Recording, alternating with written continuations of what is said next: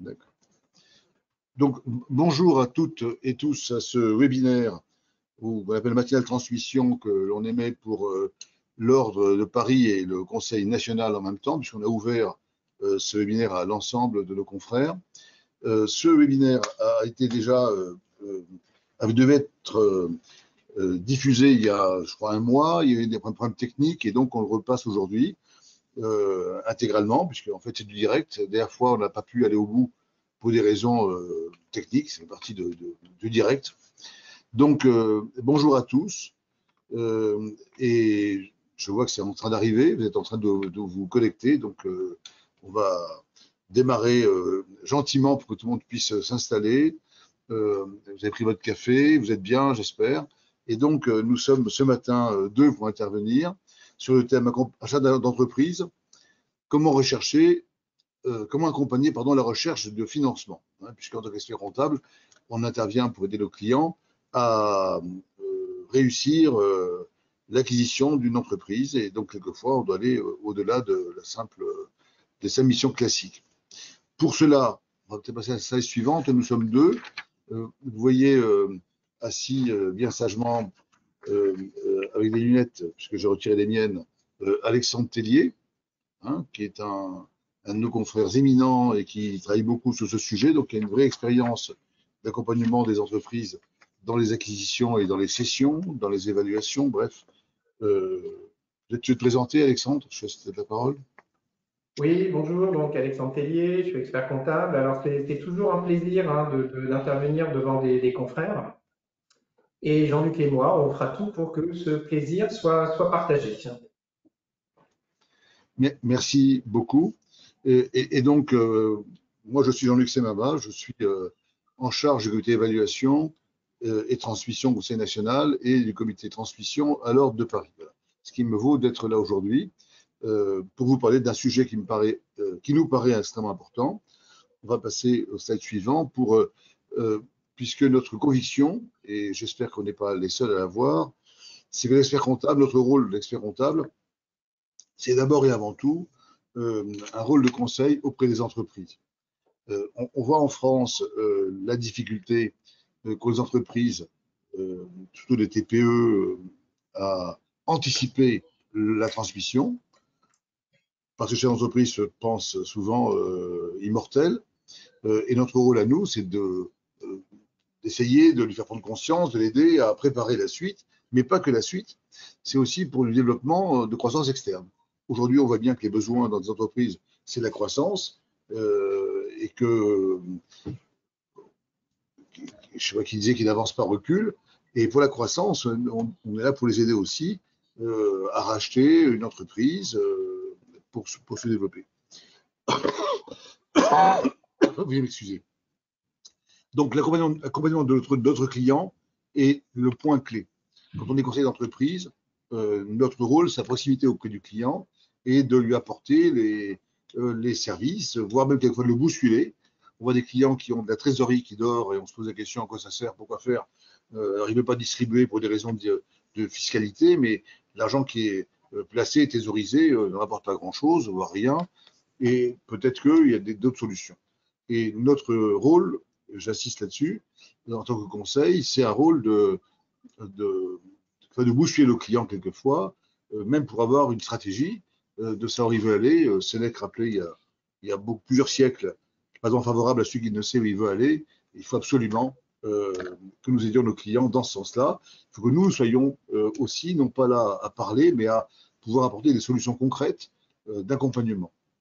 On sait bien que la stratégie nécessite d'avoir une réflexion, de fixer des objectifs, un plan de route, des budgets, et que l'aspect pour réussir, c'est aussi le financement.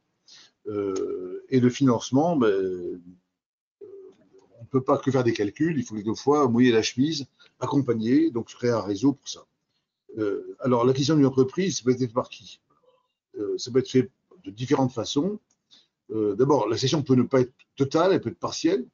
Il peut y avoir une cession qui est faite à des cadres, avec une partie qui est ouverte à des fonds. Il peut y avoir à de la famille.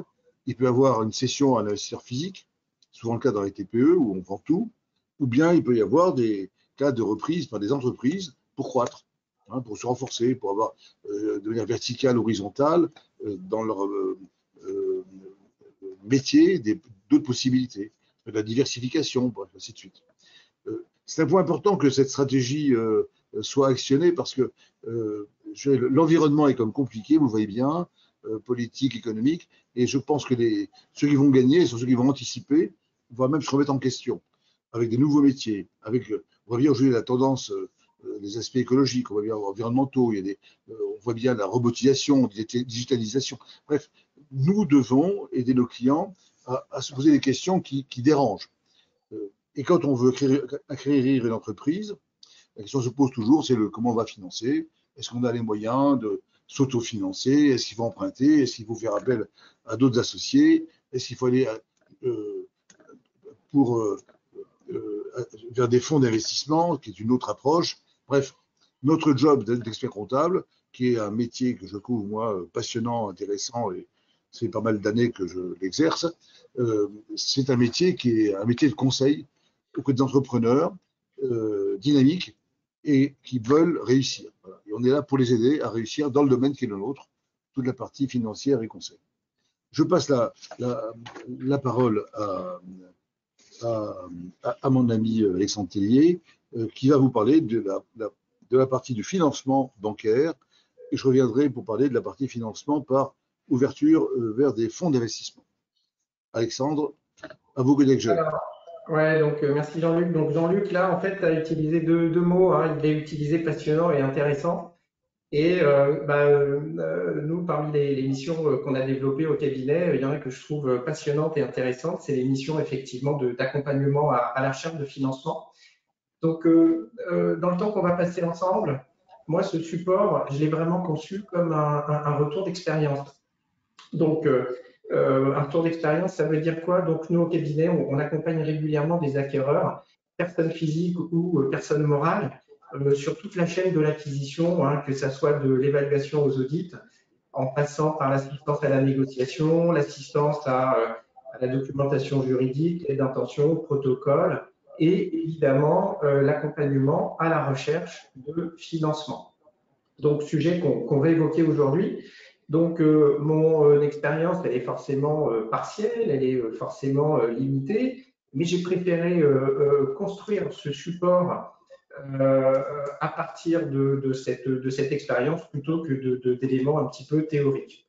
Donc, nous, au cabinet, hein, on accompagne régulièrement, on est vraiment dans le domaine de la PME.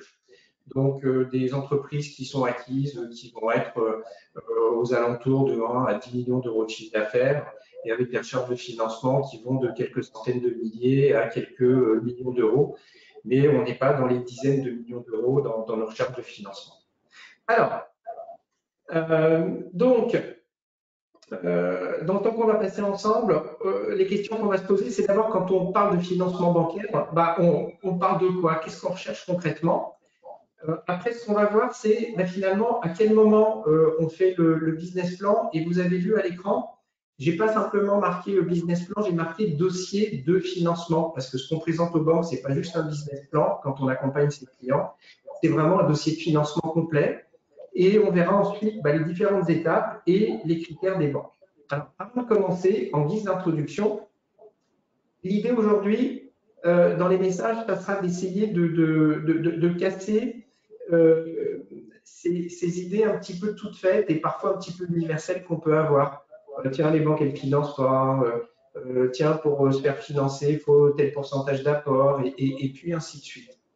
Et là, j'ai été rechercher donc un document qui peut être un petit peu subjectif parce qu'il est fait par la Fédération bancaire de banque, par la Fédération française des banques, mais on voit, alors certes c'est sur le 4e trimestre 2022, c'est pas là sur le 1er trimestre 2023, on n'a pas encore les chiffres, mais on voit que globalement, les banques qui demandent des crédits pour l'instant l'obtiennent et elles obtiennent à peu près le montant qu'elles veulent. Alors certes, cette étude ne porte pas spécifiquement sur le financement de l'acquisition, elle porte sur la demande d'accès au crédit en général, mais on voit qu'il y a quand même encore des demandes de crédit qui sont satisfaites et qui sont satisfaites pour un pourcentage très important. même si effectivement, moi je le vois bien hein, depuis 2-3 mois, on sent auprès des banques, en tout cas pour la recherche de financement, pour l'acquisition de titres, que ça patine un petit peu, hein, que les process sont un petit peu plus lourds en ce moment. Alors, quand on parle de financement bancaire, concrètement, bah, on parle de quoi quand on dit qu'on cherche du financement? On cherche à financer quoi? Alors évidemment, on cherche à financer des titres, c'est évident. Mais on le voit bien quand on va voir les banquiers, en fait, ils ont deux autres questions qui tournent autour des investissements à financer après la cession d'une part et du BFR à financer d'autre part. Donc, quand on va voir les banques, dans le dossier de financement, on ne va pas les voir uniquement pour le financement de l'acquisition, mais on va les voir également pour les investissements d'une part et pour le BFR. Donc, c'est ces trois sujets que le dossier de financement et le business plan doivent prendre en compte. Alors, auprès de qui alors, évidemment, on va voir les banques, mais il n'y a pas que les banques, et là, j'ai notamment mis BPI. Il ne faut pas oublier, donc on a BPI qui est très présent dans la transmission d'entreprise. Alors évidemment, on pense toujours à la garantie, mais au-delà de la garantie, BPI, ils ont un formidable outil dont on reparlera, qui est le prêt transmission. Hein.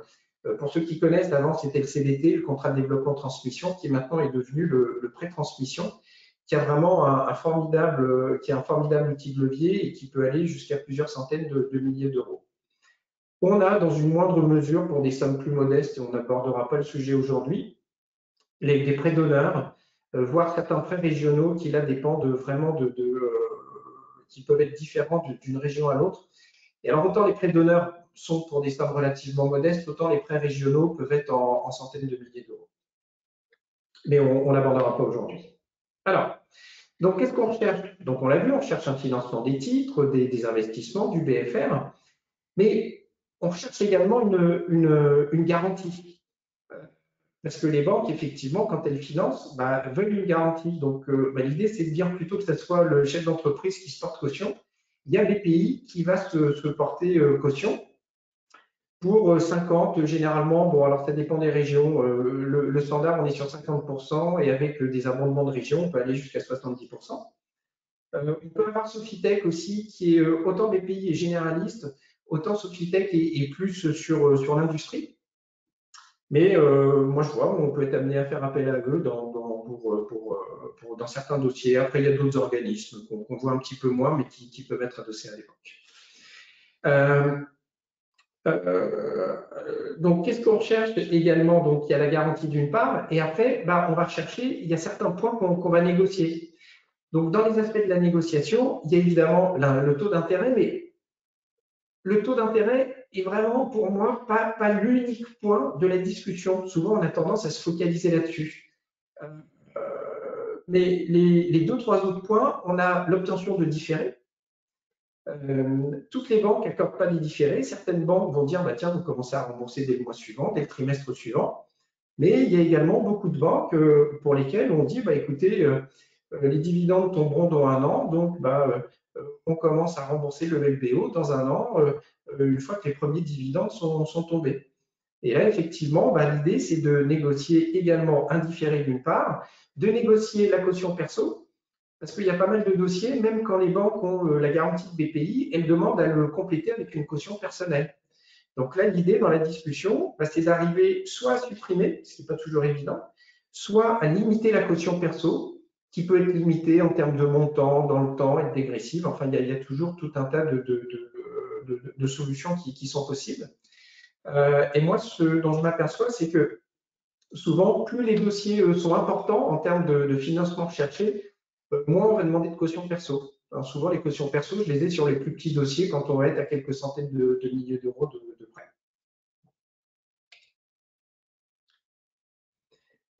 Alors ça, c'est toujours la question parce que c'est finalement à partir de quand on va se lancer dans la recherche de financement, à partir de quand on va faire son business plan et donc commencer à aller chercher l'argent auprès des banques. Et donc, bon là, ce que j'ai fait, c'est une démarche un petit peu synthétique, hein, bien sûr, mais qui compare la démarche de l'acquéreur, la démarche de l'acheteur. et les différentes étapes d'une démarche d'acquisition.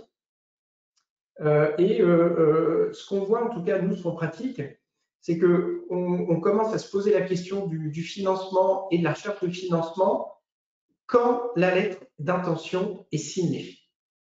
Parce que sinon, le risque est grand, de travailler dans le vide, à faire un business plan alors qu'une lettre d'intention n'est pas signée, d'avoir à facturer des honoraires aux clients alors que finalement, si la lettre d'intention n'est pas signée, ce n'est pas la peine de commencer à monter le dossier. Et puis les banques, généralement, ne vont pas regarder un dossier quand il n'y a pas à minima la lettre d'intention qui est signée. Par contre, ce qu'il faut bien avoir en tête, et là encore, parfois, ça fait partie des idées reçues, c'est que ce n'est pas la peine d'attendre que le protocole soit signé pour aller voir les banques. Moi, je le vois dans la plupart de nos dossiers, une lettre d'intention signée, ça suffit pour aller voir les banques et ça suffit pour que le comité de crédit se prononce. Après, évidemment, pour débloquer les fonds, pour avancer, pour aller plus avant, là, il va falloir le protocole. Mais la lettre d'intention, dans un premier temps, est suffisante. Alors attention, quand on dit qu'on va faire le dossier de financement après la signature de la lettre d'intention, ça ne veut pas dire qu'on n'a pas commencé à se poser tout un tas de questions avant la signature de la lettre d'intention, notamment quand on a accompagné son client dans l'évaluation et dans la négociation pour la signature de la lettre d'intention.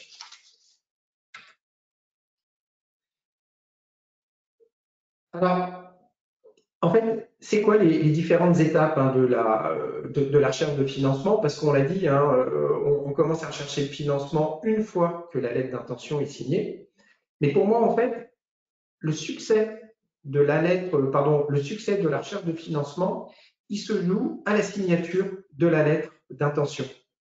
C'est-à-dire que, est-ce que dans la lettre d'intention, l'acheteur et le vendeur sont convenus globalement d'éléments qui sont finançables. Et c'est pour ça que pour nous, notre rôle, Jean-Luc l'évoquait tout à l'heure en intro, il parlait de rôle de conseil. Et pour moi, quand on accompagne son client dans la recherche de financement, il faut également être présent avant la signature de la lettre d'intention, au niveau de l'évaluation, bien sûr, mais également assister notre client dans la négociation de la lettre d'intention. Parce qu'on le sait bien, nos clients sont parfois très, très imaginatifs. Ils ont tout un tas d'idées, les cédants également. Et parfois, si on n'a pas été présent, on se retrouve avec des lettres d'intention où on doit dire à nos clients, non, là, c'est pas finançable parce que vous avez prévu de tels éléments que quand on met tout bout à bout, globalement, on fait notre plan de financement, on voit que ça ne passe pas. Et c'est pour ça qu'il faut bien avoir en tête que quand on parle de recherche de financement, ce qu'on va financer, ce n'est pas juste le prix d'achat des titres, mais c'est le package global qui est proposé au cédant et qui figure dans la lettre d'intention.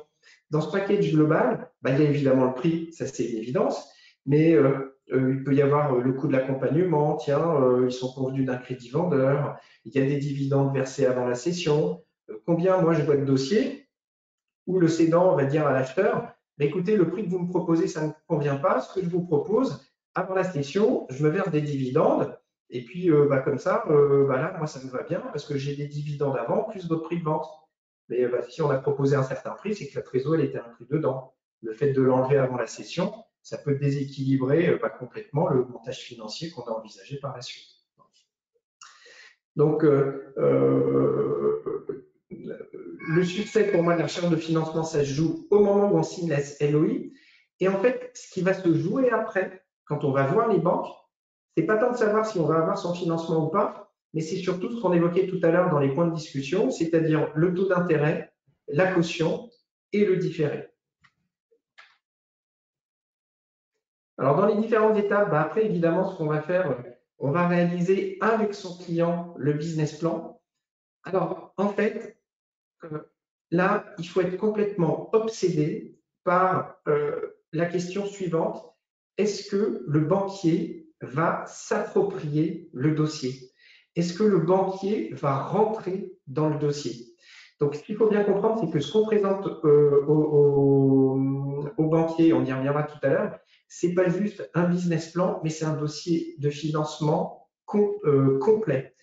Ce qu'il faut bien comprendre, c'est que le banquier, bien souvent, c'est pas un spécialiste de l'activité de l'entreprise. Et puis les banquiers, ils sont comme beaucoup de gens, ils ont de plus en plus de dossiers, de moins en moins de temps à y consacrer. Donc ce qu'il faut, c'est vraiment leur faciliter le travail, leur mâcher le travail, pour que globalement, quand ils ont le dossier, ils aient assez peu de temps à y consacrer pour ensuite aller le présenter au comité de crédit.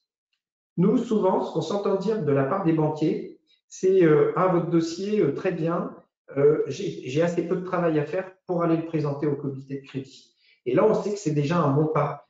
C'est un bon pas, et d'une, pour l'avancement du dossier, puis c'est un bon pas aussi pour nous, parce que ça veut dire qu'on va éviter de multiplier les allers-retours avec les banques.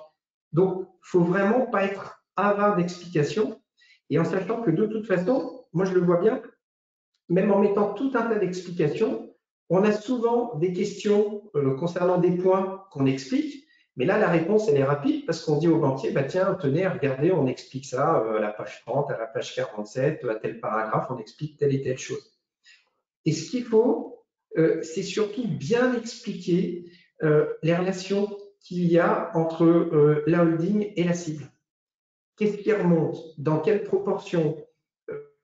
Les dividendes, les management fees, bien expliquer tout ça pour voir globalement qu'est-ce qu'on va prendre dans la cible pour contribuer au remboursement de la dette d'une part et au fonctionnement de la holding d'autre part. Ça, c'est pour la partie financière. Et là où il faut insister, surtout quand on a des repreneurs personnes physiques, c'est sur la partie de la légitimité de l'acquéreur et de sa valeur ajoutée. Concrètement, en quoi il est légitime et qu'est-ce qu'il va apporter à la cible demain ou après-demain. Je dis surtout quand l'acquéreur est une personne physique, parce que quand c'est une personne morale, c'est un peu plus évident pour les banques, effectivement, de voir la valeur ajoutée et les synergies qui vont se développer. C'est ce qu'on disait tout à l'heure aux banques, ce qu'on va leur présenter, ce n'est pas juste un business plan. Et encore, quand je dis pas juste un business plan, dans le business plan, il faut vraiment insister sur les deux parties du BP, et la partie qualitative et la partie financière. Alors évidemment, la partie qualitative, elle est plus dans les mains du client, mais notre rôle à nous, c'est de relire, bien sûr. Et la partie financière, généralement, qu'on construit, nous, à quatre mains avec nos clients. Et ce qu'on fait pour les banques, nous, en fait, on va créer une data room. Donc, on leur donne une data room à laquelle on va donner accès aux banques. Et on va mettre tout un tas d'éléments. Il y a des banques qui seront intéressées, d'autres pas, par certains éléments qu'on met, mais plutôt que de gérer des relations avec des banques, d'envoyer des emails dans tous les sens, on fait une data room et on se dit qu'avec toutes les infos qu'on met, généralement, elles vont y trouver, les banques vont y trouver leur compte. Donc, on va mettre le BP, évidemment, et puis des éléments, même si ça paraît évident, ça va toujours mieux en le disant. On va mettre les liasses fiscales des derniers exercices, des projets de statut de holding. Alors, je mets des points de suspension parce que la liste, elle se veut surtout pas exhaustive. Et nous, je vois régulièrement, on est amené à enrichir notre liste d'éléments à mettre dans la data room en fonction des banques, des demandes des banques sur les différents éléments. Et alors, soit on le met dans le BP, nous, soit on le met à part, mais généralement, les banques demandent une note sur l'évaluation. Donc voilà, c'est toujours bien de le prévoir. De le prévoir. Et c'est pour ça que c'est toujours mieux quand on a participé aux étapes avant la LOI, c'est-à-dire à la négo et à l'éval. Comme ça, on est toujours un petit peu plus à l'aise pour faire la note sur l'évaluation.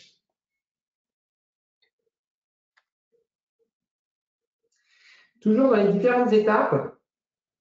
Donc là, c'est vraiment un rôle qui est extrêmement actif. Donc, qu'est-ce qu'il faut faire quand on les accompagne dans la recherche de financement?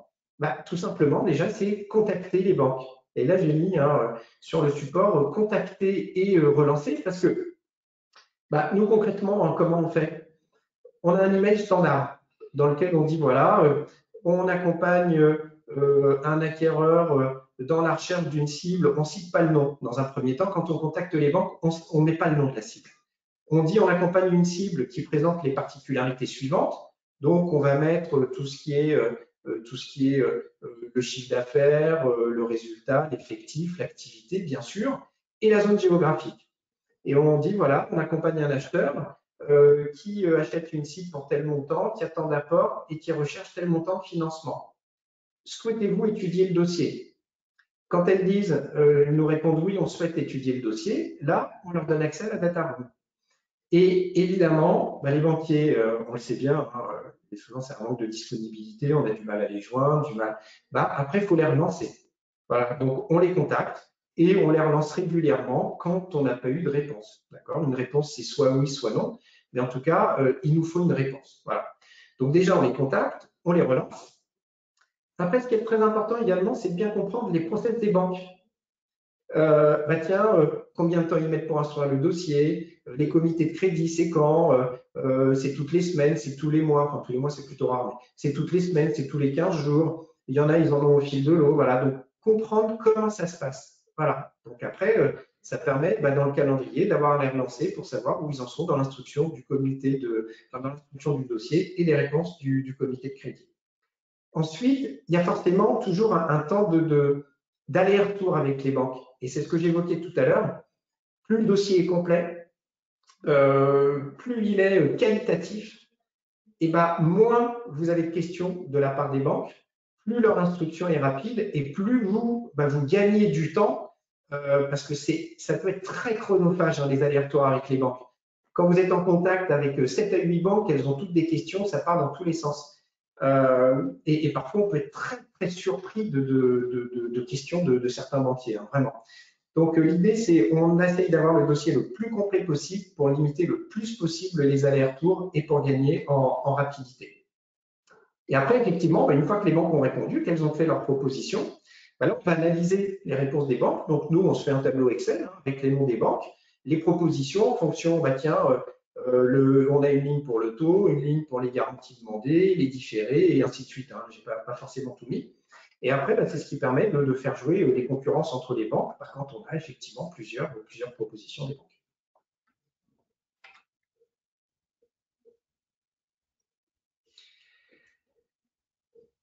Alors, je suis en train de regarder, alors je ne sais pas si je le regarde bien, je vois qu'a priori, je n'ai pas de questions, ou alors je ne les vois pas apparaître.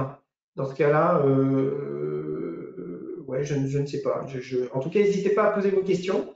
J'essaierai d'y répondre avec grand plaisir. Et si j'y réponds pas, c'est que je les vois peut-être pas là dans l'écran qui apparaît. Donc Jean-Luc, si toi tu vois des questions et que moi je les vois pas à l'écran, n'hésite pas à me dire. Oui, je rappelle que pour les questions, vous avez sur votre écran à droite un petit tableau avec chatter, questions, et vous pouvez donc écrire vos questions. Merci. Voilà, donc n'hésitez pas, parce que l'idée, c'est effectivement d'avoir cette présentation qui soit la plus vivante et la plus interactive possible. Et donc, ça passe effectivement par le fait que… Il y a une question, Alexandre. Je ne vois pas. Je ne comprends pas pourquoi, je ne les vois pas. Pourriez-vous détailler ce en quoi consiste notre évaluation? Alors, la note d'évaluation, moi, souvent, je fais très simple, parce que qu'est-ce qui se passe souvent? On a fait une belle évaluation pour son client, on a détaillé la valeur d'entreprise, la trésor, l'endettement financier net, la valeur des titres. Puis après, vous savez ce que c'est. Vous faites une belle éval, vous dites tiens, ça vaut entre 100 et 120, et puis le prix d'achat, il va être à 150 ou à 70. Bon. Donc moi, la note d'évaluation, je la fais dans l'autre sens, parce que souvent, ce que j'ai en tête, c'est peut-être un petit peu réducteur, mais ce que j'ai en tête, c'est que souvent, les banquiers, ils ont besoin de cocher des cases.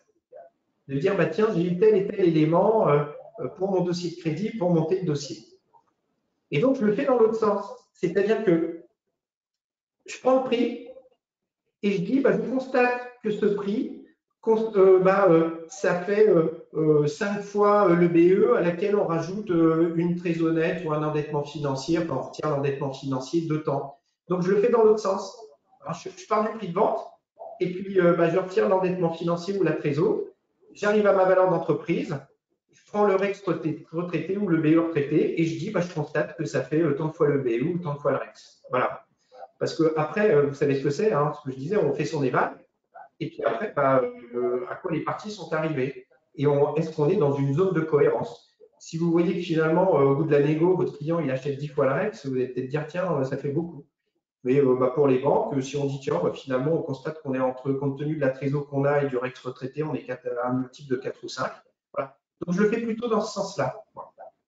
C'est-à-dire que je ne mets pas un rapport d'évaluation, je fais juste une constatation et après, je laisse la banque en tirer sa conclusion. Une autre question, Alexandre. Avez-vous au sein de votre cabinet une équipe dédiée à ces missions? Quels ont été vos investissements en termes de formation?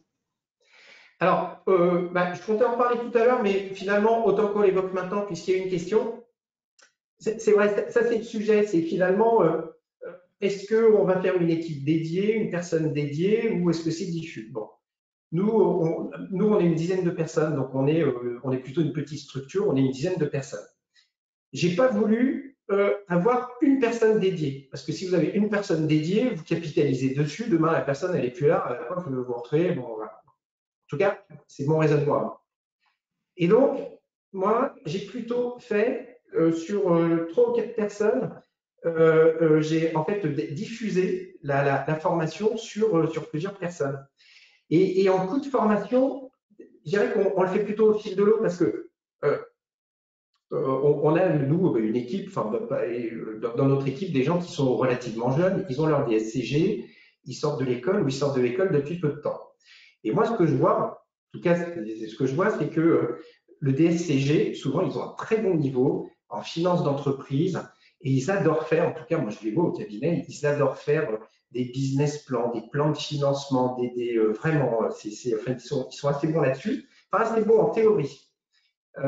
Et donc après, c'est plutôt de la formation au fil de l'eau. Et moi, je fais attention. Quand j'explique quelque chose à une personne, tout de suite, je fais venir les 2 ou 3 autres pour expliquer que tiens, là, on s'est planté sur ceci ou sur cela. Donc, on a créé des outils, mais là encore au fil de l'eau. Donc, je ne saurais pas répondre en disant tiens, le budget de formation, il est de temps, parce que c'est quelque chose qu'on a diffusé, qu'on fait au fil de l'eau et où les nouveaux arrivants, globalement, sont briefés par ceux qui sont là depuis un tout petit peu plus longtemps. Mais par contre, là où j'ai fait attention, dans le choix des gens à former, c'est que j'ai choisi des gens qui, globalement, ont une appétence pour ça et qui, a priori, ont le niveau. Et je le répète, moi, je le vois, enfin, quand je vois les épreuves écrites, les sujets et ce qui est en cours de DSCG et ce qu'ils ont en finance d'entreprise, ils sont généralement très affûtés là-dessus, très aguerris. Après, pourvu qu'ils aient un petit peu d'appétence sur le sujet, et on arrive à d'excellents résultats. Parce que qu'est-ce qu'il y a? Il y a effectivement une partie qui est extrêmement technique et beaucoup plus technique qu'on peut le penser, c'est la réalisation des différents plans de financement. Parce qu'il faut bien montrer qu'est-ce qui sort de la cible, qu'est-ce qui va dans la holding, les pourcentages de remontée. Ensuite, on fait des plans de financement consolidés. Ça, c'est extrêmement consolidé, extrêmement complexe, pardon. Et je vois bien les outils du marché ne répondent pas à ça, bien souvent. Parce que dans les outils du marché, c'est fait pour faire un business plan pour une entreprise et son plan de financement demain.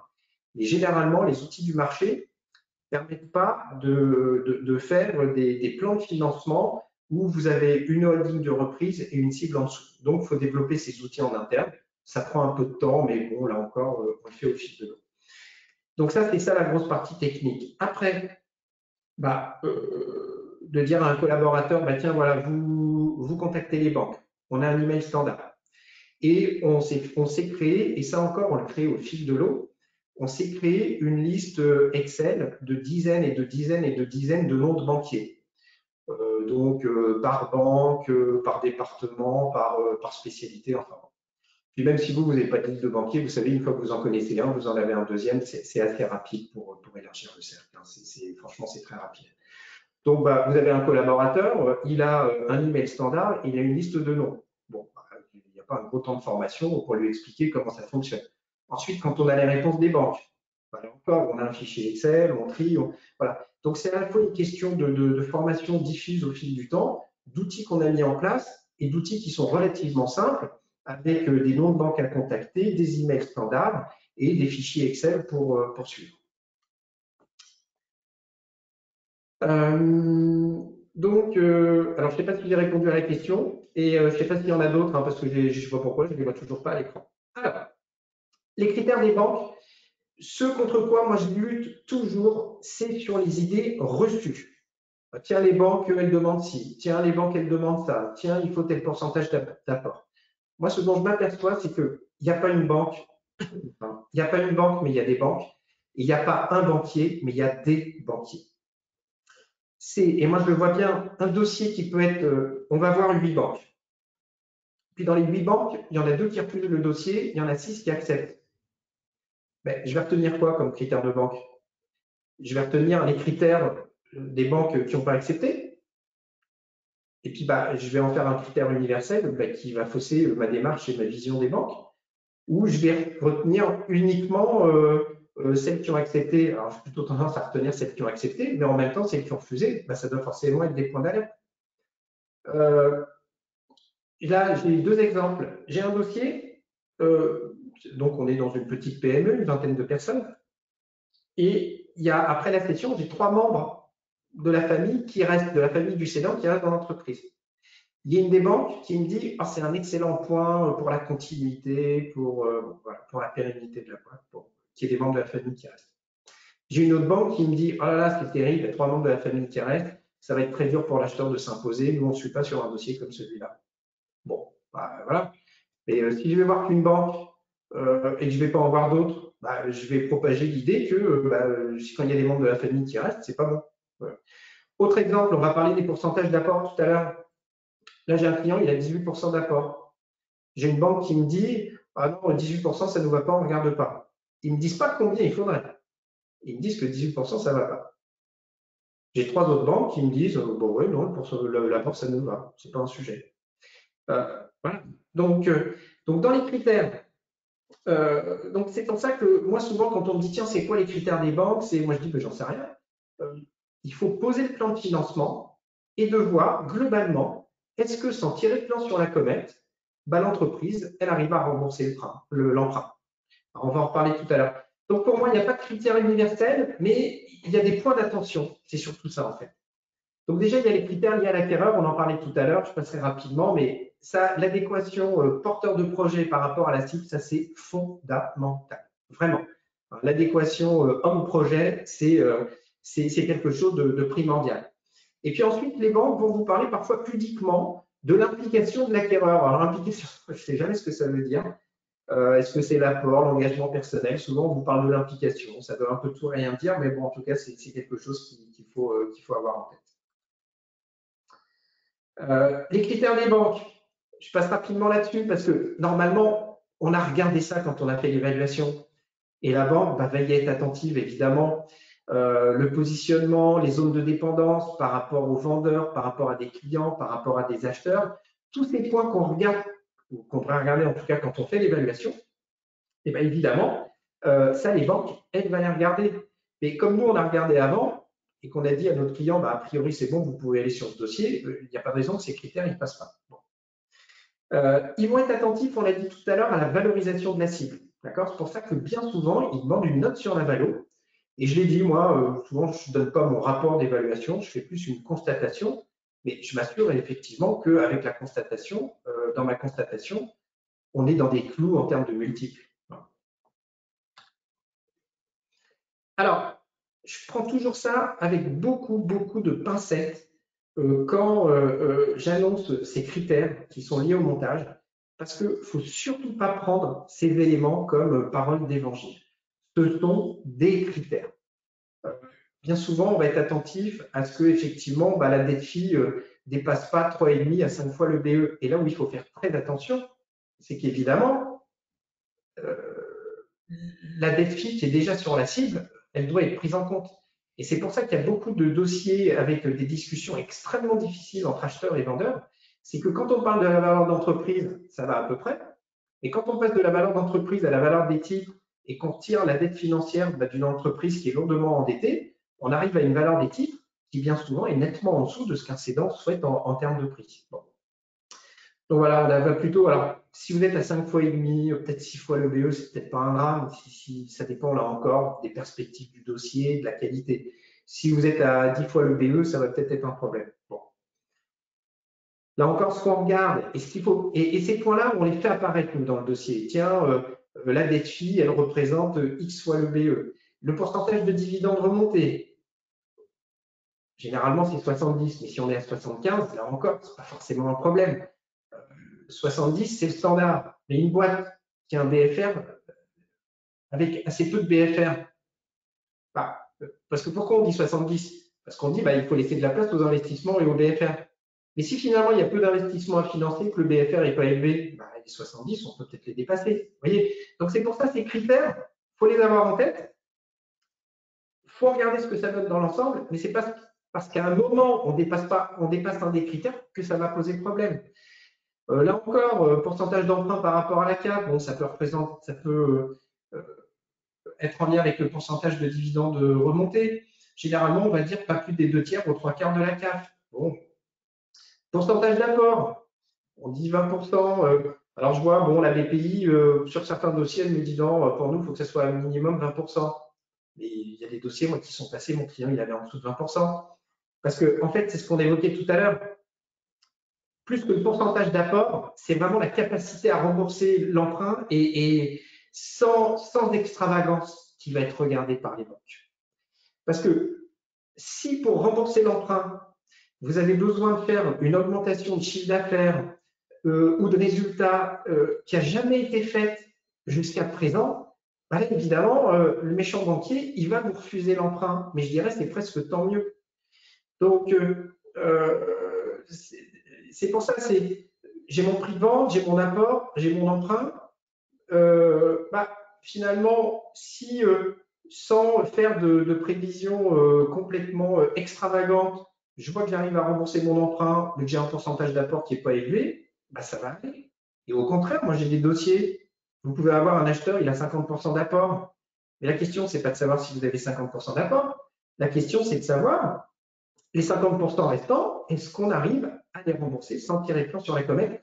Et là, il faut vraiment, et avant la lettre d'intention, en tout cas, nous on le fait avant la lettre d'intention, là, il faut rentrer dans le plan de financement. Alors, un plan de financement simple, mais on ne se contente pas de regarder 2/3, 3/4 de la CAF. On prend le résultat retraité, celui qui a servi pour l'évaluation. Donc, on prend le résultat retraité qui a servi pour l'évaluation. Et avec ce résultat retraité qui a servi pour l'évaluation, on regarde est-ce qu'on arrive à rembourser l'emprunt ou pas. Donc, voilà, on commence à faire notre plan de financement. Je dégage ma CAF, je regarde l'emprunt qui doit être remboursé. J'oublie surtout pas les emprunts déjà existants, parce que c'est là que ça fait mal sur beaucoup de dossiers. C'est l'emprunt existant. Et c'est là qu'on a je l'évoquais tout à l'heure, des discussions un petit peu dures entre acheteurs et vendeurs. C'est qu'il y en a, ils ont oublié qu'il y avait un emprunt qui existait. Et que l'acheteur, lui, non seulement il va devoir rembourser et son LBO, donc le nouvel emprunt de son LBO, mais qui va devoir rembourser la dette existante. Voilà. Donc voilà pour les critères. Après les marges de manœuvre, on les évoquait tout à l'heure. Est-ce que quand on parle de l'emprunt qui ne doit pas représenter plus de X fois le BE, ou le remboursement de la dette qui ne doit pas représenter plus de X% du résultat net, mais je prends quoi? Je prends le passé, je prends le prévisionnel. Donc, c'est là que j'ai une marge de manœuvre. Parce que si je monte un prévisionnel qui est meilleur que le passé, mais tout en étant dans des proportions raisonnables, là, ma marge de manœuvre, elle peut être là-dessus. On l'évoquait tout à l'heure, il y a le BFR. Si je n'ai pas beaucoup de BFR, on peut comprendre que je consacre un peu plus de remboursement, que je remonte un peu plus que les standards pour rembourser ma dette.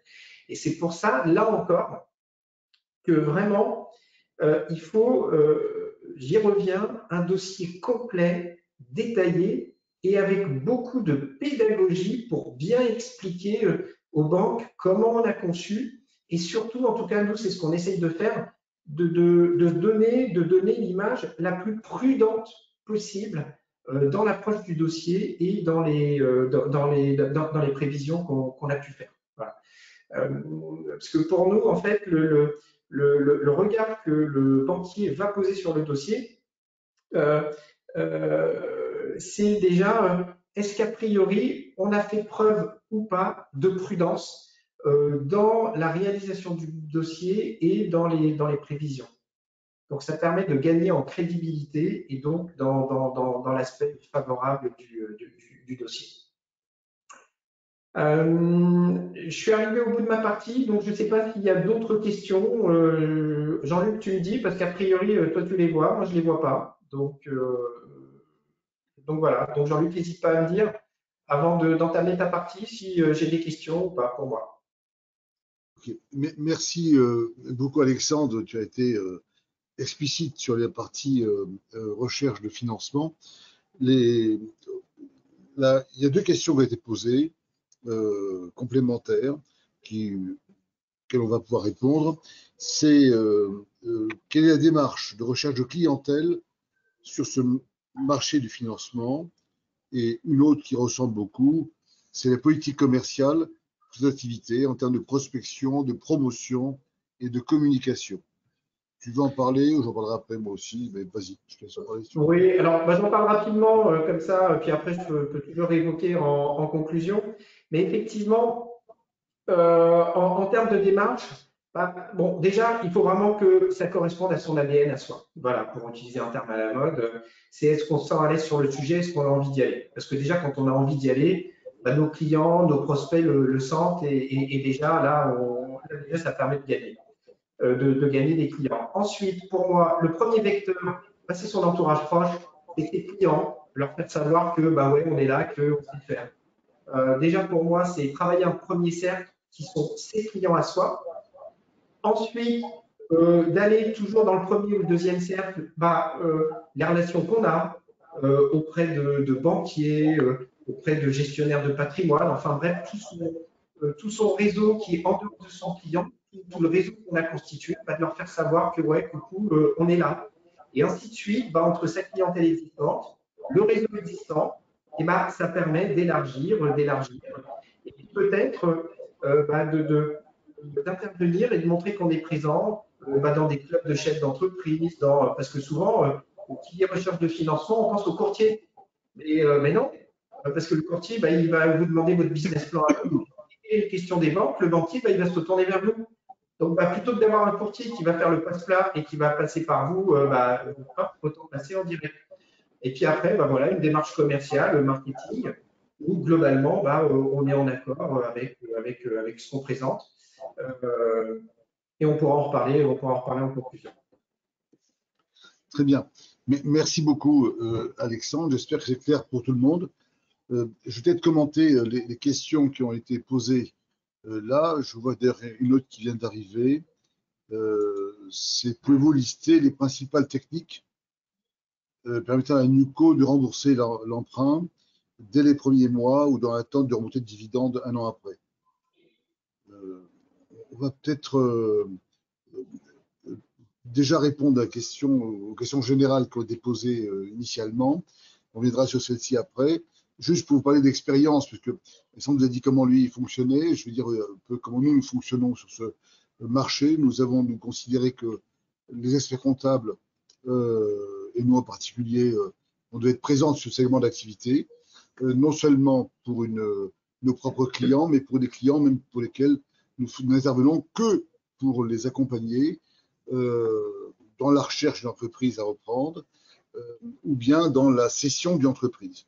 Même nous avons des clients qui nous travaillons dans ce segment d'activité qui ont déjà un expert comptable ou déjà des conseils, mais qui ne sont pas forcément orientés transmission et qui viennent nous voir pour ça. Et nous, de notre organisation cabinet, pour information, nous, on a créé une structure dédiée. On a une société spécifique pour cette activité-là qui nous, on est au cabinet globalement une cinquantaine de personnes et on a dans cette structure deux personnes qui travaillent en permanence, qui travaillent sur les dossiers pour l'accompagnement, pour le suivi, parce que c'est un métier qui est assez chronophage. Et le profil des collaborateurs que nous avons là, nous, c'est des collaborateurs grandes écoles situées, parce que il y a une partie commerciale, on anime des séminaires, on participe à des conférences, on fait toutes sortes de choses au niveau de chaque entreprise, au niveau de fédérations professionnelles, et on écrit des articles, bref, on a écrit là-dessus, et puis on a besoin régulièrement, euh, dans les relations que nous avons, de serrer, parce que c'est très facile d'avoir plein de clients potentiels qui, au fond, n'aboutiront pas. Quand on vient nous voir en nous disant, voilà, cherche une boîte à reprendre, on demande des critères. au niveau du Conseil national, on est partenaire du CRA, par exemple, le CRA qui forme beaucoup de repreneurs d'entreprise pour bien identifier leurs cibles, leurs potentiels, etc. Et quand des gens ne savent pas vraiment ce qu'ils veulent, quand ils nous disent qu'en termes d'apport, ils s'arrangeront, etc., on évite de perdre notre temps parce que dans ce métier-là, ça peut être très chronophage et le mode de facturation n'est pas le même qu'un expert comptable traditionnel. On ne prend pas du temps. Souvent, même s'il y a des deals, des honoraires au départ, limités, souvent c'est au résultat. Donc il faut qu'on s'investisse sur des projets dans lesquels nous croyons qu'en face de nous, on a quelqu'un qui est intéressé, que nous pouvons accompagner, nous pouvons aider. Et on dépasse largement, bien sûr, on peut dépasser, chacun choisit ce qu'il veut faire, mais les missions classiques de notre métier, qui sont souvent l'évaluation, qui sont souvent la rédaction des business plans ou faire de l'audit. L'accompagnement d'une démarche de transmission, c'est bien en amont de comprendre la stratégie d'entreprise, de comprendre pourquoi elle veut racheter une boîte, ses moyens, est-ce qu'elle a l'organisation en termes d'hommes et qu'on travaille en termes de prospective par rapport à ça. Donc c'est un métier que moi je trouve passionnant et nous avons besoin, nous, experts comptables, de nous constituer un vrai réseau, un réseau je dirais de prescripteurs qui peuvent être des avocats, mais qui nous sommes souvent alliés parce qu'on ne peut pas faire une opération tout seul. Enfin, ceux qui veulent tout faire tout seul, ils ne font pas grand-chose généralement. C'est vraiment des métiers où le côté transversal est important, des notaires, des avocats spécialisés là-dedans, parce que là aussi, celui qui veut tout faire, il ne fait rien de sérieux. C'est un métier qui demande un réseau de prescripteurs, de relations auprès des banques, et puis, et même auprès des experts comptables. Moi, je vois des confrères qui nous adressons des dossiers pour certaines missions que nous ne faisons pas au cabinet, ou qu'on pense qu'on n'est pas les meilleurs pour ça, et des confrères qui nous missionnent pour telle ou telle partie. On parlait tout à l'heure de recherche de financement bancaire, c'est quelque chose que tout le monde ne fait pas. Et dans notre métier, comme on est expert comptable et qu'on n'affiche pas de spécialisation pour l'instant, ce que pour ma part je regrette et je déplore, je pense qu'on devrait un jour y arriver vraiment, comme les médecins, quand on va voir un chirurgien orthopédiste, c'est pas un rhumato. Dans le métier, je crois que l'évolution des choses, on va devoir afficher des compétences métiers très spécifiques et en plus de stratégie pour les cabinets. Pas des très gros cabinets qui ont les moyens d'avoir des X spécialisations, cabinets de taille moyenne, courante, à mon avis, comment elles peuvent se démarquer en termes de stratégie du cabinet, c'est d'avoir des dominantes, des spécialisations, des savoir-faire particuliers, sur lesquels elles ont investi et elles ont un vrai savoir. Donc je ne veux pas faire trop développer, autrement je ferais passer une demi-heure là-dessus. Je vais passer au sujet que je dois traiter, qui est un point qui n'est pas très courant dans le cabinet, c'est l'ouverture du capital à des investisseurs. On sait généralement que quand il y a un investissement à faire, on se tourne vers les banques, vers les financeurs classiques. On regarde s'il y a des subventions, des avantages fiscaux. Bon, ça, on sait faire, on a l'habitude. Mais les investisseurs, c'est quand même très particulier. Alors, je vais commencer par une expérience. Un de nos clients, à un moment, une entreprise de belle dimension, il y avait une quarantaine de personnes, et le dirigeant avait 45 ou 50 ans, et il me dit un jour, tu sais, je sais ce que j'ai, mais les affaires ça peut évoluer rapidement, on peut tout perdre, on peut évaluer, mais bon, ça fait un rapport d'évaluation, mais je m'en fiche complètement. La question, c'est que au-delà de l'évaluation, est-ce que quelqu'un est prêt à mettre de l'argent dans ma boîte? Est-ce que vraiment ça peut être finançable? Il avait estimé que, je fais court pour nos réflexions communes, que sa boîte ne pouvait pas intéresser forcément des investisseurs parce qu'il n'était pas assez gros en termes de taille. Donc, on avait conclu qu'il devait peut-être se rapprocher déjà d'un autre lui-même, une autre entreprise, d'un métier similaire, complémentaire, c'est comme la stratégie, verticale, horizontale, et que s'ils sont en termes de puissance, ils pourront aller plus vite et plus loin après avec des financements externes. Il s'est rapproché d'un de ses concurrents, à peu près de la même taille, Et dans le projet, en investissant au départ, le projet était de grossir. Ça rappelle à un fonds après. Et c'est ce qu'ils ont fait. Ils ont fait appel à un fonds après, un fonds d'investissement, je vais vous en parler après. Et ce qui est extraordinaire, c'est que très vite, un de leurs concurrents en Angleterre était à reprendre, avec quelques difficultés, pouvait être repris. Et ils étaient un peu inquiets par rapport à ça. Et le fait qu'ils aient, à ce moment-là, avec eux, dans leur capital, un fonds d'investissement qui était rentré au capital, leur a permis d'aller bien plus loin que ce qu'ils pensaient, c'est-à-dire non seulement avoir pris un peu de cash, non seulement avoir une vraie dimension sécurisée, mais en plus de ça, de faire une opération de croissance externe magnifique. Et en fait, mon client a vu sa dimension en 2 ans de temps quadruplée, puisqu'il s'est rapproché de quelqu'un qui avait sa taille, donc il a doublé, gros. Ils ont racheté leurs concurrents avec leur fonds d'investissement, ce qui a doublé la taille globale. Tout ça pour dire qu'il y a des opportunités que seul on ne peut pas faire. Parce qu'une boîte, ça coûte. Et puis, les investisseurs, ce sont aussi quelquefois des conseils. Alors, je reviens sur le sujet plus précisément. Pourquoi ouvrir son capital à des investisseurs? Parce que quelque part, on peut se dire, on est bien entre nous. Pourquoi rendre des comptes, avoir quelqu'un qui va nous interpeller? Un, parce que on ne peut pas toujours avoir de la dette bancaire. Tout à l'heure, Alexandre en a parlé, il y a des ratios. Bon, il y a un moment, on a besoin de fonds propres. Alors, vous avez suffisamment, vous faites appel à quelqu'un d'autre, c'est tout. Donc, à un moment donné, il faut ouvrir son capital. Ça permet de se consolider au plan de la structure financière de l'entreprise. Et ça permet également d'avoir, en termes d'approche pour les financements auprès d'une banque, des fonds propres qui sont plus confortables. Et dans bien des cas de figure, que ce soit une société qui rachète pour la croissance externe, que ce soit un particulier qui veut acheter l'entreprise, quelquefois, il n'a pas assez de moyens pour pouvoir faire son investissement. Or, l'apport d'un fonds peut permettre de compléter le tour de table avant d'aller chercher les financements bancaires. Je le dis parce que c'est important. On voit chez nos clients que nos clients sont préoccupés par les problèmes de trésorerie qui n'arrivent pas à faire face au quotidien. Ils gâchent leur activité normale et quelquefois, ils ont de grosses difficultés. Donc, le problème du financement, il faut bien le traiter comme un vrai enjeu. Et si on n'a pas assez de fonds propres, il faut penser à ouvrir vers les investisseurs. Et nous, experts comptables, on doit absolument y penser. On va peut-être passer à la slide suivante, sachant que l'ouverture a bien sûr des avantages, mais il y a aussi des inconvénients. Alors, je vais faire, une fois n'est pas coutume, je vais commencer par le négatif.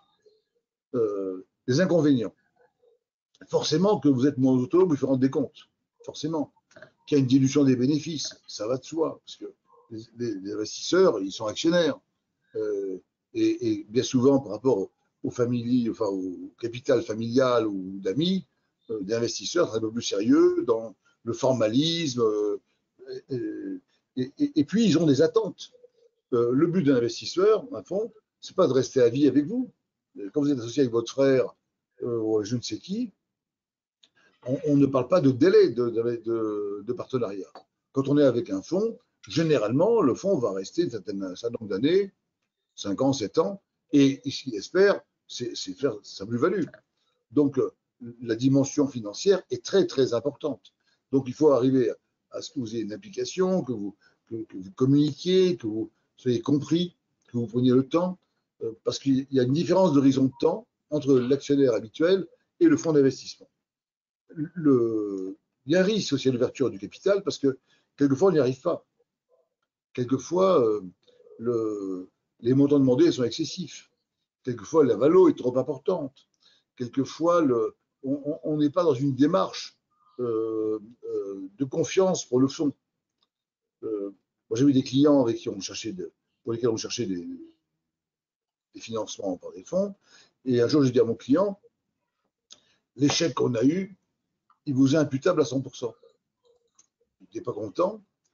Je dis, parce que je ne vais pas chercher un autre fonds pour vous, parce que vous démolissez tout seul. Vous voulez tellement être autonome, ne pas répondre aux questions, dire je sais, je fais ce que je veux. Le fonds, il dit, mais je n'ai pas de place auprès de vous. Vous êtes un loup solitaire. Avoir un fonds, c'est aussi capable d'ouverture, de répondre à des questions qui, quelquefois, vous paraissent saugrenues. Et c'est normal, le fonds, il gère de l'argent qui n'est pas le sien. Il faut qu'il ait confiance, ça va de soi. Donc, certains aussi demandent beaucoup d'argent, plus que nécessaire. Pourquoi faire Quelqu'un, c'est pas ne demande pas assez.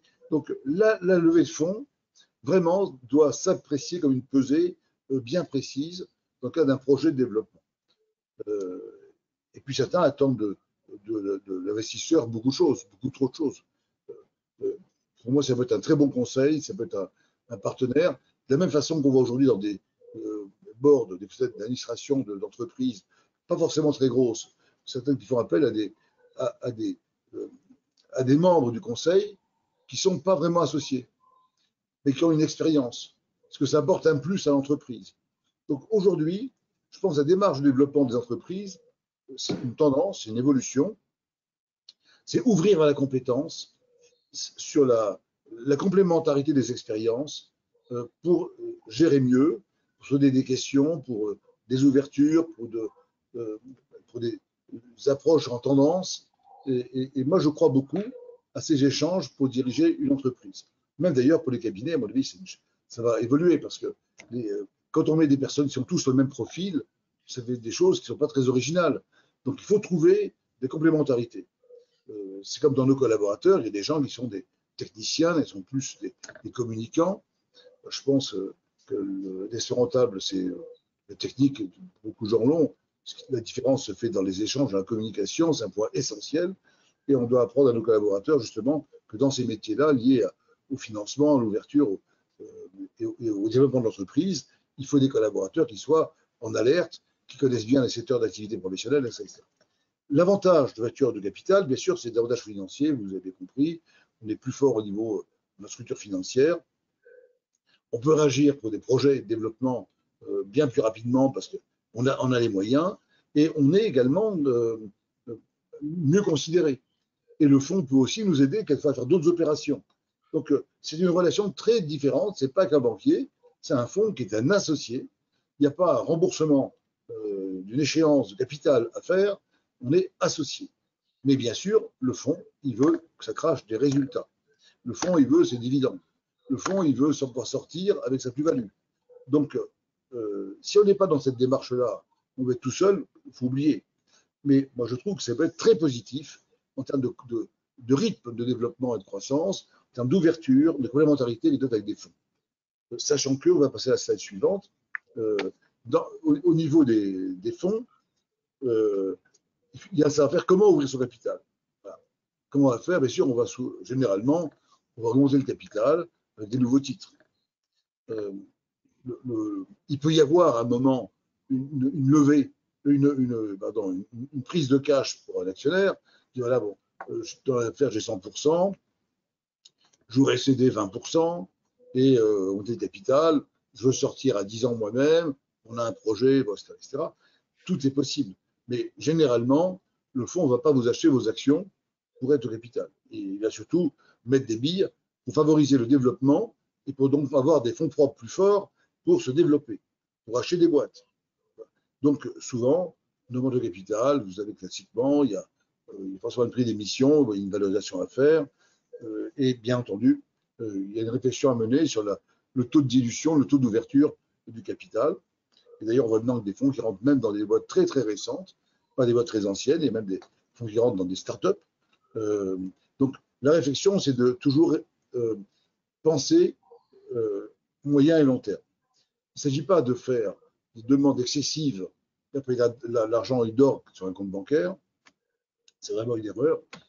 Il ne s'agit pas non plus de demander trop peu et au bout de 6 mois, bon, il faut réfléchir en termes de moyen et long terme, quitte à envisager avec votre fonds des entrées à tiroir, à plusieurs étapes, en plusieurs temps.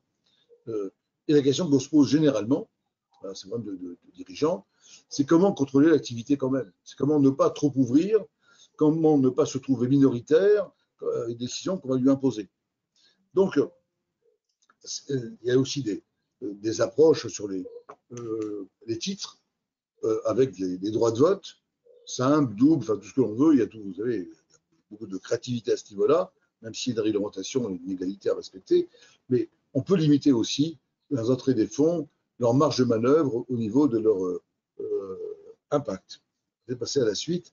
Donc voilà, il faut ouvrir, c'est une réflexion, mais pensez toujours moyen et long terme, surtout si on envisage plusieurs levées successives.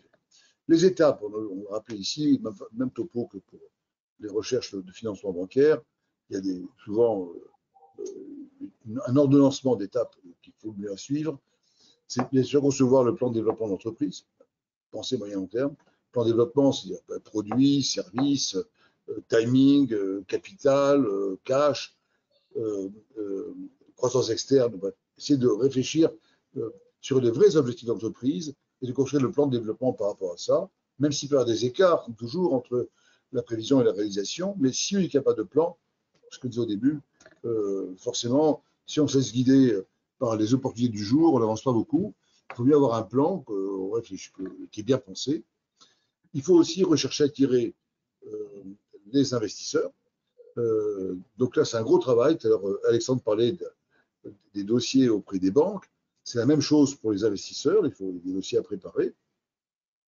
Et il y a plusieurs types d'investisseurs, suivant les activités, suivant la stade de développement d'entreprise. D'où l'importance du réseau pour ne pas se tromper. Donc, il faut en sélectionner un certain nombre, envoyer des dossiers. Généralement, tous ne répondent pas. Et il faut après travailler avec quelques-uns et on va finir en général avec 2 ou 3 fonds qui manifestent leur intérêt et on va voir ceux qui correspondent le mieux à votre besoin et des rapports personnels qui font comment ça peut marcher ou pas. Mais si on déterminer le montant de la levée, ça va de soi. Valoriser, ça va de soi. Modalité juridique, ça va bien sûr avec. Et modèle capital, aspect juridique. Donc, mais tout ça, ça va dans un sens, c'est réfléchir au moyen long terme et après tirer la pelote, voir jusqu'à aujourd'hui comment on fait pour arriver à avoir un rétro-planning. Et pour éviter les difficultés qu'on appelle déconvenues ici, le point clé, c'est bien choisir son partenaire. C'est un point clé, c'est un associé. Ce n'est pas un banquier qui vous prête de l'argent, avec un contrat, vous remboursez une échéance mensuelle, trimestriellement, ou comme vous voulez. Là, c'est un partenaire. Un fonds, ce n'est pas une adresse, quelqu'un qui vous embête qu'on ne prend pas au téléphone. Quand il vous appelle, on le prend au téléphone. C'est un associé. Deuxième point, il faut bien anticiper la sortie.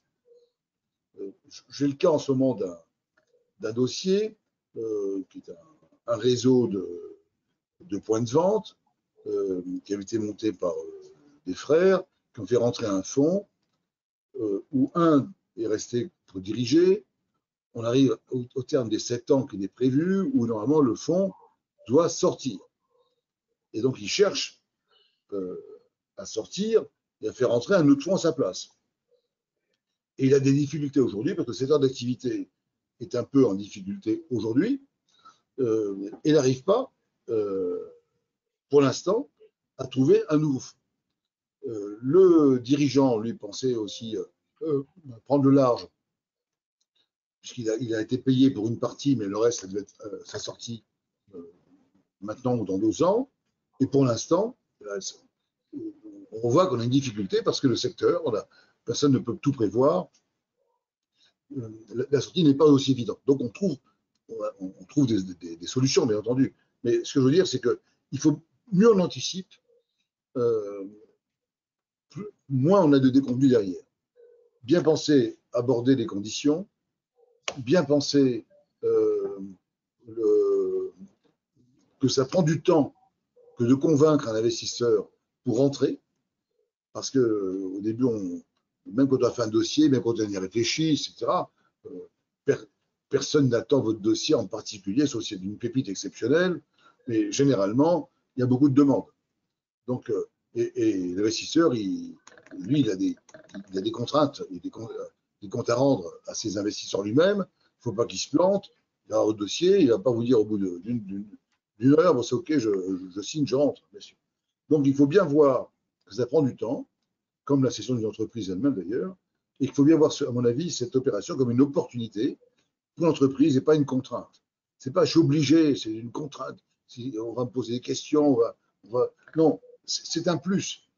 On est plus fort avec ça. On est vraiment plus fort. On va peut-être passer à la suite parce que le temps passe aussi. Alors, la question, c'est la perte de pouvoir. D'ailleurs, j'en ai parlé rapidement, mais l'investisseur, lui, il veut bien sûr rentabiliser, mais il veut participer, il veut être informé, il veut donner son avis. Et ceux qui font appel à un investisseur, chez l'entreprise, vos clients, ont toujours un peu peur des investisseurs étrangers, même pour faire entrer un nouvel associé. Les gens ont des difficultés. Hein. Le pouvoir, c'est important pour certains, encore plus que pour d'autres. Et pourtant, quelquefois, la contrainte, c'est qu'on a besoin d'investisseurs pour faire des projets. Donc, on peut dire, bon, je renonce à mes projets pour être seul. Il y en a qui préfèrent un petit chez soi qu'un grand avec d'autres. Hein, chacun fait son choix. Hein. C'est comme pour nos collaborateurs. On voit bien certains collaborateurs de cabinet, les cabinets tout petits, et d'autres préfèrent des grosses structures. Donc, la question, il faut être bien là où on est. Donc, il n'y a pas une réponse, une bonne réponse. Chacun. Euh, Moi, je pense que notre seule obligation, c'est d'être heureux dans notre vie. Il faut trouver ce qui nous convient. Donc, aider nos clients chez l'entreprise. S'ils veulent rester seuls, c'est leur truc, pourquoi pas. Enfin, des fois où c'est dangereux pour eux. Mais donc, si on fait rentrer un fonds, il faut être conscient, il faut le dire à nos clients, qu'ils vont devoir abandonner une part de leur pouvoir. C'est clair. Ils auront des comptes à rendre. Mais il faut fixer des règles du jeu. Hein. L'investisseur n'est pas là tous les matins à vous casser la tête. Hein. Il faut bien qu'il aille du jeu. Et au niveau du financement, il peut être pluriel. Tout à l'heure, Alexandre vous parlait du versement bancaire. Il peut y avoir du versement bancaire, il peut y avoir des émissions d'obligations convertibles en actions, il peut y avoir des comptes courants d'associés, il peut y avoir de l'entrée en capital, il peut y avoir des certificats. Il y a plein de choses possibles, même pour les cadres et des stocks options. On peut donner aussi à des cadres importants quand vous gardez des actions gratuites. Bref. Et puis, il faut avoir un pacte d'actionnaires. Quand on est seul ou avec un copain, quelquefois, il n'y a même pas de pacte d'actionnaires. Tant qu'il n'y a pas de problème, c'est pas gênant.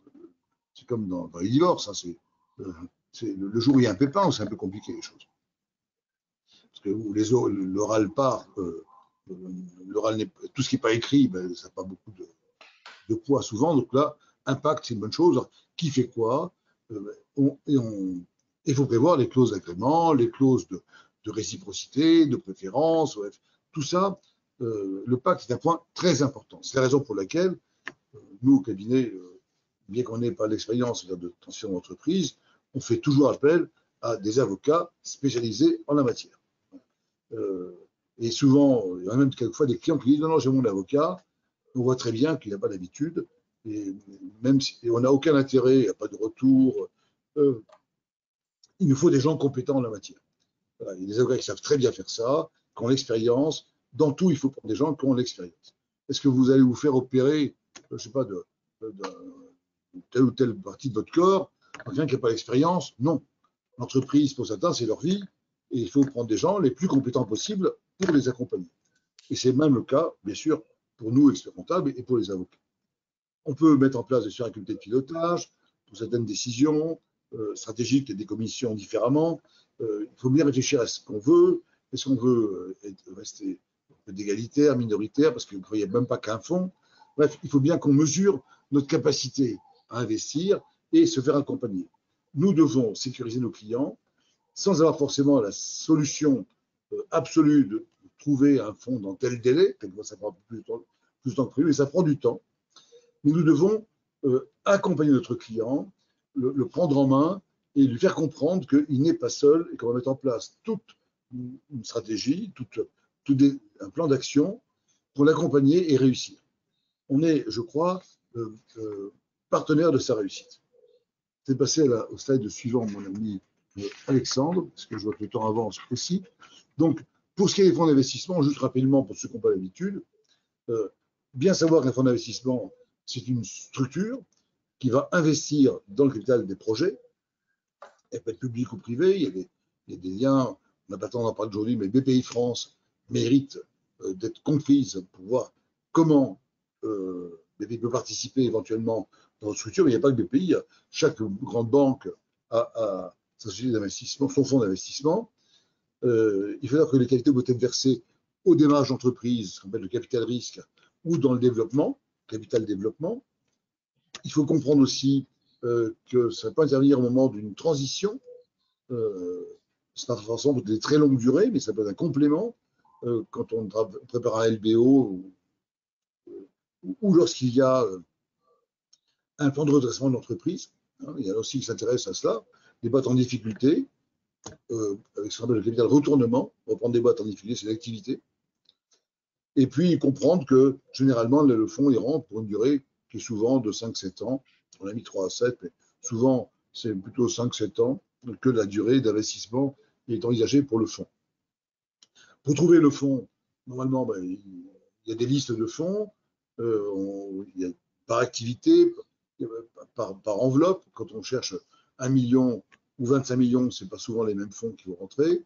Il y en a qui sont axés dans tel ou tel domaine d'activité. Il y a des fonds qui aiment bien les sociétés d'enseignement, il y en a qui sont bien dans, je vois certains, dans le monde industriel, qui ne veulent pas du tout de l'industrie, qui veulent du service. Bref, il y a des fonds qui n'ont pas les mêmes approches et qui n'ont pas les mêmes niveaux non plus de tickets d'entrée. Donc, il faut éviter de se tromper. Il faut quelquefois prendre du temps pour réfléchir, enfin, en amont. Juste les questions qui se posent, là, je regarde 2 mots, et puis je passe la main à Alexandre pour la conclusion. Mais donc, je n'ai pas répondu à la question, ni Alexandre pour l'instant. Pouvez-vous lister les principales techniques permettant à la NUCO de rembourser l'emprunt ou dès les premiers mois dans l'attente de la montée des dividendes? Enfin, juste, en général, juste pour répondre à ça, les remboursements d'emprunt ne se font pas forcément mensuellement. C'est comme moi que sur un emprunt, on peut demander des reports pour le remboursement la première année, d'attendre. Il y a plusieurs possibilités, mais bien sûr qu'il y a souvent, enfin, on évite de demander à des emprunts qui sont trop importants. Je ne sais pas ce que tu en penses, Alexandre, mais il ne faut pas avoir le couteau sur la tempe pour pouvoir avancer. Je vois deux questions à part ça. Peut-on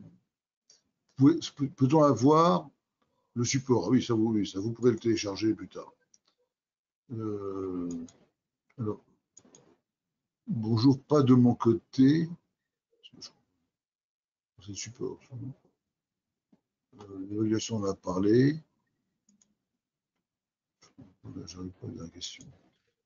Il y a une ligne, on peut la suite. Bon, je crois qu'on a. Ah oui. Est-ce qu'on peut avoir les vidéos en replay? Peut-être, je crois. Bonjour. Recherche de financement accordé. Ah oui. Où trouver des informations sur les multiples habituellement pratiqués pour les valos en fonction des secteurs d'activité? Très bonne question pour les multiples. Alors, il y a des études qui sont faites et publiées par l'ordre et par la CCEF. Pour ceux qui sont abonnés à la CCEF, je ne fais pas de la pub ici, mais c'est que leur revue souvent, les 2 dernières au moins, c'est l'état d'études sur les multiples qui ont été pratiqués. Mais même au niveau de l'ordre, nous publions, et on l'a fait il y a 8-15 jours, dans la revue française de comptabilité et par des envois de mails par le Conseil national, on a publié une étude sur les multiples pratiqués au premier semestre 2022, l'étude a été faite sur les transactions. Donc là, il faut lire, voilà. Comment s'équiper si on se lance dans l'aventure? Moi, je faisais un conseil. Ah oui, merci pour les outils, pour le business plan. Allez-vous développer à qui, comment s'équiper et comment se lance dans l'aventure? Alors, moi, je crois qu'il faut faire extrêmement attention d'abord pour les outils qui sont fermés, les évaluations. Notamment, il y a des logiciels que beaucoup de confrères utilisent où vous jetez dans un logiciel des bilans, des comptes de résultats, et vous faites une petite sauce et on vous sort avec plusieurs méthodes des évaluations. Quelquefois, ils peuvent aller du simple à 10 fois plus. Alors, suivant vos pondérations, vous faites ce que vous voulez. Mais bon, ça ne me paraît pas toujours sérieux. L'évaluation, c'est sérieux. Et le point de départ, je pense qu'il faut avoir une formation pour ça. Il y a des formations spécifiques qui sont assurées. Il y a des certificats attribués pour certains à la CCEF notamment. Il y a des formations à Dauphine pour ça. Bref, l'évaluation, c'est même un vrai métier. Et je vous invite d'ailleurs tous à venir participer, si vous n'êtes pas encore, vous avez bientôt les inscriptions, à la journée de l'évaluation qui va avoir lieu, qui a lieu chaque année, organisée par la compagnie et l'ordre des experts comptables. Ça a lieu en octobre prochain. Ça a lieu à la Maison de la Chimie. Et c'est tellement important que cette année, on va voir à Paris le congrès mondial des évaluateurs. C'est vous dire qu'il y a des métiers, les gens ils ne font que ça. Il y a un institut mondial qui produit également des normes pour l'évaluation. Donc, dans tout, je pense qu'il faut être quand même hyper spécialisé. La base de notre métier, c'est de ne pas prendre une mission qu'on ne peut pas assurer. Quand on fait les missions, c'est qu'on peut assurer la mission, non seulement en moyens humains, mais en moyens intellectuels. Donc, quitte à travailler éventuellement avec un confrère qui a l'habitude au début, dans tel domaine où on n'a pas d'expérience, mieux bosser à deux que tout seul et se planter. Mais il faut investir d'abord en formation. Il faut avoir les bons outils, les bons collaborateurs. Ce sont des métiers où ce ne sont pas les logiciels qui font tout. L'humain est essentiel. Comment trouver un fonds d'investissement si vous n'en connaissez pas, vous n'avez pas des listes, vous n'avez pas des informations. Et puis après, il y a des gens avec qui vous appelez, vous parlez, vous avez. Donc il faut créer le réseau. Donc ça mérite. C'est pour ça que je dis que c'est un métier, pour moi, c'est presque un métier plein. Et nous, experts comptables, on a une grande avancée par rapport à d'autres. On a un avantage énorme par rapport à d'autres. Parce qu'on connaît l'entreprise, on connaît les aspects financiers. On sait bien que le financement, ça mérite aussi au début de réfléchir au BFR qu'on peut améliorer, que ce n'est pas statique. Bref, nous connaissons tout ça. On est très bien placé pour réussir dans ce créneau-là, mais il faut aussi investir. Je te passe le relais, mon ami. Alexandre, c'est à toi. Ah, pardon, je n'avais pas entendu. Oui, donc en conclusion, on a eu on a eu des questions sur tout ce qui est organisation, démarche commerciale, donc c'est surtout là-dessus que j'ai choisi de conclure. Alors, effectivement, déjà, ce qu'il faut bien avoir en tête, parce que tout à l'heure, très justement, Jean-Luc a élargi la recherche de financement à l'accompagnement à la transmission d'entreprise au sens large. Et que ce soit la recherche de financement ou la transmission d'entreprise, on a des lettres de mission spécifiques qui sont prévues pour ça sur le site de l'ordre. Il y a une lettre de mission d'accompagnement au financement de l'entreprise et il y a également une lettre de mission pour l'accompagnement à la transmission. Effectivement, je pense que c'était pas mal et utile d'élargir à l'accompagnement à la transmission au général. Tout à l'heure, quand j'ai répondu à la question sur la recherche de financement, j'ai volontairement répondu à uniquement la question sur la recherche de financement et a priori à un confrère qui n'était pas encore dans cette démarche-là. Après, pour élargir le sujet, et là, je le base sur mon expérience, mais autant parler de ce qu'on connaît. Nous, au cabinet, effectivement, on s'est fait, ce qu'il faut appeler ça spécialité entre nous, je ne sais pas, mais en tout cas, on accompagne beaucoup soit d'acquéreurs d'entreprises, soit des cédants d'entreprises, et on en accompagne beaucoup dont on n'est pas l'expert comptable au quotidien. C'est-à-dire qu'on ne fait pas leur bilan, on ne fait pas leur feuille de paye, mais ils ont choisi de travailler avec nous pour les accompagner, soit dans des rachats d'entreprises, des projets de croissance externe ou des projets de cession d'entreprise. Donc, ça veut dire effectivement, on l'évoquait tout à l'heure, que sur le plan commercial et marketing, faut être assez présent. Donc, ça peut passer par animer des séminaires, animer des conférences, mais pour des chefs d'entreprise, pour un public particulier de chefs d'entreprise ou de futurs cédants. Ça veut dire effectivement également, pour pouvoir les accompagner sur toute la chaîne, créer un réseau, créer un partenariat. Nous, on travaille en collaboration, effectivement, on a des notaires, on a des CGP, on a des avocats. Et quand on accompagne certains acheteurs qui nous disent parfois j'ai mon avocat. Moi, je dis écoutez, j'ai 3 prérequis. Il me faut un avocat spécialisé en transmission et, enfin, ça fait 2, il y en a un troisième, je l'ai oublié, déjà spécialisé en transmission d'entreprise et spécialisé en transmission de PME. Quand on accompagne des PME qui font 5, 10, 15 millions d'euros de chiffre d'affaires, pas la peine d'aller chercher un cabinet qui a fait la fusion Renault-Nissan. Bon. Donc, on va créer, on est présent à faire de l'animation, à écrire des articles. On crée son réseau pour pouvoir, et d'une, travailler sur les différents maillons de la chaîne, d'une part, et en même temps, c'est le réseau qui permet également d'avoir des dossiers. Et comme c'était évoqué tout à l'heure, autant nous, on peut être apporteur de dossiers, autant il y a des dossiers qui peuvent nous être apportés par le réseau. Et il nous arrive également, que ce soit en acquisition ou en cession, d'avoir des confrères qui ne sont pas forcément habitués, qui veulent un premier pas et avec qui on peut être en contact justement sur ces dossiers-là. Donc, il y a cette partie marketing et commercial d'une part, il y a créer son réseau d'autre part, et puis après, il y a se créer évidemment ces outils en interne.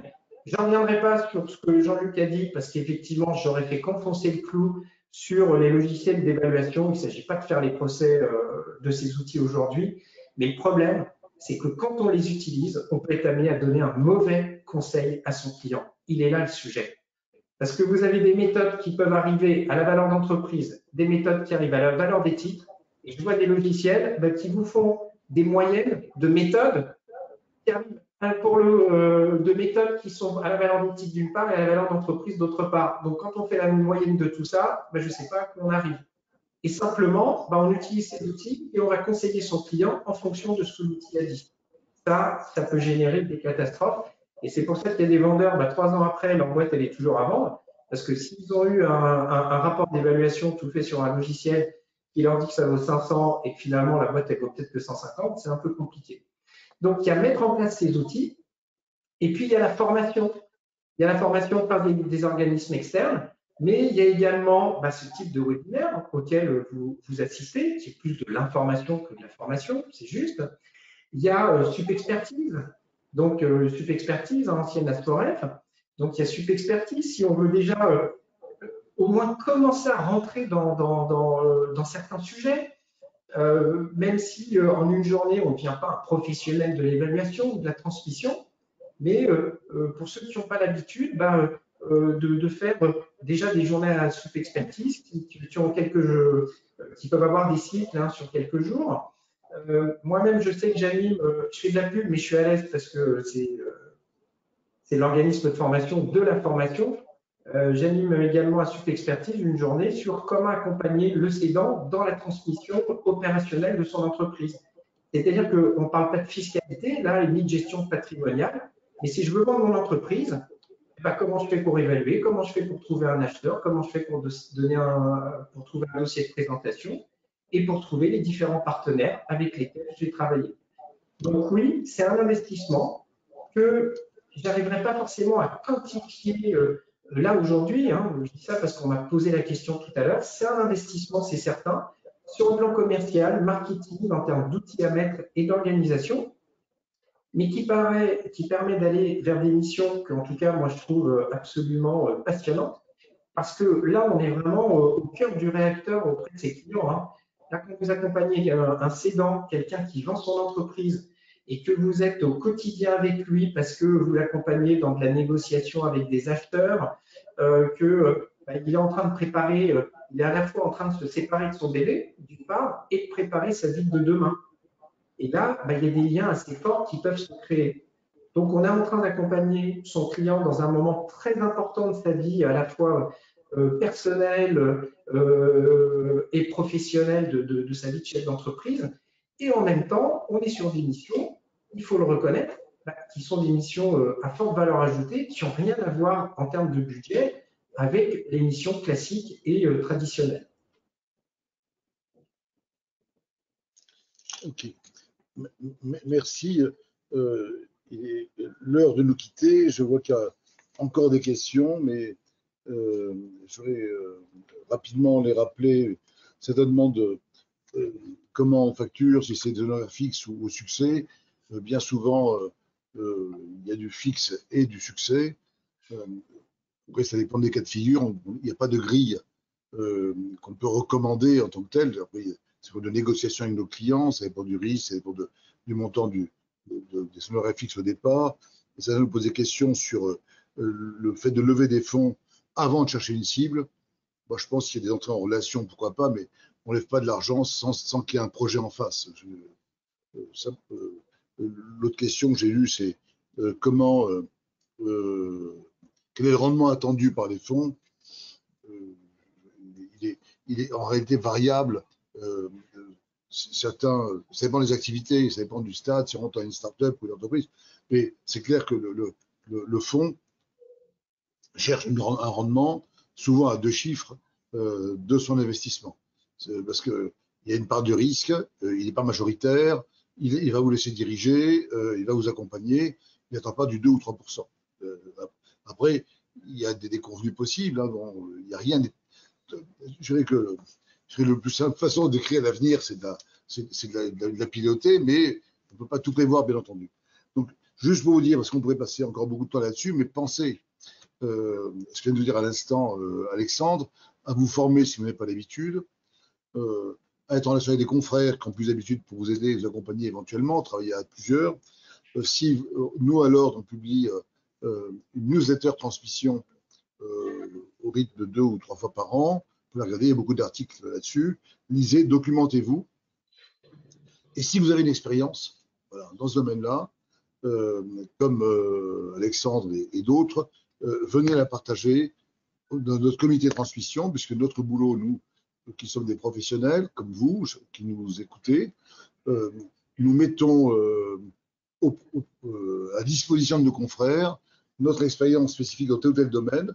Et c'est la raison pour laquelle on a créé au niveau de l'ordre, tant en région qu'au national, des comités par activité, association, transmission, évaluation, et ainsi de suite. Et les confrères viennent et on essaie de communiquer, de transférer, de partager les expériences de chacun. Voilà. Donc, si vous avez cette expérience, n'hésitez pas, vous êtes les bienvenus. Ce webinaire a été diffusé au niveau national et au niveau Île-de-France. Donc, il faut savoir qu'il y a un comité national, qu'il y a un comité Île-de-France. Généralement, quand on est en région, on ne vient pas comme ça, on passe plutôt par l'intermédiaire de son président de conseil régional pour être le représentant du comité régional au comité de transmission et évaluation. Mais partager, c'est ça le sens de la confraternité, c'est d'avoir des règles d'éthique, mais des règles de partage pour que tout le monde progresse et réussisse en même temps. Il est 10h33, on devrait être à 10h30. J'espère que vous me ferez grâce des 3 minutes. Parce que si on devait vous payer 3 minutes à tous ceux qui nous écoutent, on n'aurait pas les moyens par rapport à votre compétence et votre taux de facturation. Je vous souhaite à tous une très très bonne journée. C'est des questions, vous pouvez aussi nous écrire. Hein. Le comité pour échanger avec certains s'il y a des questions particulières. On est là pour nous améliorer tous. Merci. Merci Alexandre de tout ton apport et ton expérience mise comme ça à disposition. Et puis, je vous souhaite de revenir nous écouter. Nous avons des webinaires tous les 3 mois, 2-3 mois, sur des thématiques différentes, avec des intervenants différents. Donc, à la prochaine. Merci, bonne journée. Et bonne journée. Merci beaucoup.